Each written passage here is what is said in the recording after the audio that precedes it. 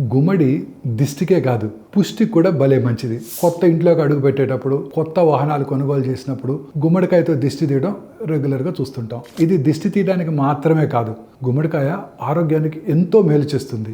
అయితే గుమ్మడి గింజలు చేసే మేలు అంతా ఇంతా కాదు. అవేంటో ఇవాళ మనం తెలుసుకుందాం. గుమ్మడికాయను సాంబార్లో లేదా హల్వాగా చేసుకొని తింటాం అందరికీ తెలిసిందే. ఇందులో ఉండే గింజల విషయానికి వస్తే అవి మనకు ఎంతో మేలు చేస్తాయి. గుమ్మడి గింజల్లో ఉండే ఫైబరు జీర్ణ సమస్యలతో బాధపడే వారికి చాలా మంచిది. వీటిలో ఉండే carotenoids, vitamin E, antioxidants free radicals నుండి మన శరీరాన్ని కాపాడతాయి. జీర్ణాశయము, రొమ్ము, ఊపిరితిత్తుల క్యాన్సర్ కణాలను కూడా అడ్డుకుంటాయి. గుమ్మడి గింజల్లో ఉండే ట్రైగోనిలిన్, నికోటిక్ యాసిడ్, డీకైరో ఐనాసిటాల్ అనే సమ్మేళనాలు రక్తంలో చక్కెర స్థాయిల్ని కంట్రోల్లో ఉంచుతాయి. వీటిలో ఉండే మెగ్నీషియం బీపీని కంట్రోల్ చేసి గుండెకు రక్షణగా పనిచేస్తే, ఇందులో ఉండే జింకు శరీరంలోని విటమిన్స్, ఖనిజాలను గ్రహించడంలో సహాయపడుతుంది.